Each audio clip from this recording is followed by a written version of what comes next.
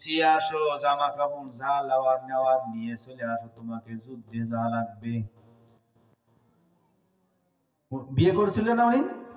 ওই দিন বিয়ে করে বউ বাড়িতে রাইকে আল্লাহ রসুলের কাছে গেছে দেখা করতে।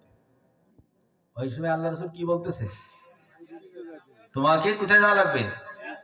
আমার কথা বুঝতেছেন তো ভাই? তোমাকে কোথায় যাওয়া লাগবে বলেন? তোমাকে জিহাদে যাওয়া লাগবে। আব্দুল্লাহ বিন রাওহা আল্লাহ রসুলের কাছ থেকে ফিরে এসে বাড়িতে বিদায় নেওয়ার জন্য বাড়ির মধ্যে ঢুকলেন না। চিন্তা করলেন, বাড়ির মধ্যে যদি যাই, নতুন বউকে যদি আমি দেখি, তাহলে হয়তো আমার আর জিহাদে যাওয়া হবে না।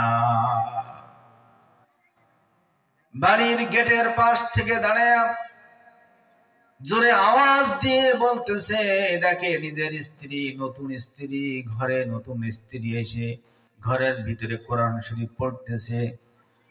আব্দুল্লাহ বিন রাওহা রাদিয়াল্লাহু তাআলা আনহু দূর থেকে আওয়াজ দিয়ে বললেন, ও আমার প্রাণের স্ত্রী, আমার দিকে একটুখানি তাকাও, তাকাইয়া দেখো, আমি তোমার নতুন স্বামী আব্দুল্লাহ বিন রাওহা। রাসূলুল্লাহ ঘোষণা দিয়েছেন, আমাকে জিহাদে যাওয়া লাগবে।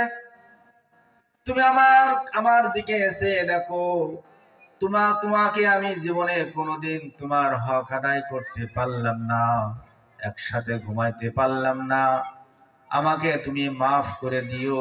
আল্লাহ রসুলের হুকুম পালন করার জন্য আমাকে এখনই জিহাদে যাওয়া লাগবে। স্ত্রী কান্না শুরু করে দিলে আর বলল, ওগো আমার প্রাণের স্বামী, দয়া করে, মায়া করে, মেহেরবানি করে একটু ঘরের মধ্যে আসুন। আপনার সাথে আমি কোনো প্রেম নিবেদন করব না, ভালোবাসা নিব না, কোনো কিছুই নিব না।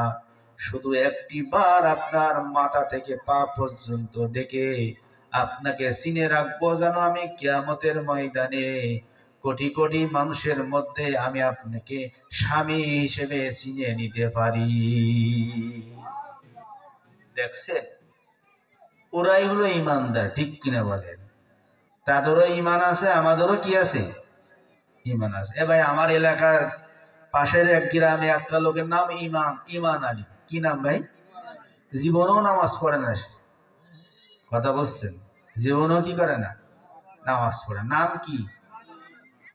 কছে যে মাথায় নেই ঢক, পিঠি নেই ঢক, নাম রেখেছে শামসুল হক। বোঝেননি কথা? মাথায় নেই ঢক, পিঠি নেই ঢক, নাম রেখেছে কি? শামসুল হক। আর একজন ব্যক্তি আছে আমার গ্রামে, সে লোক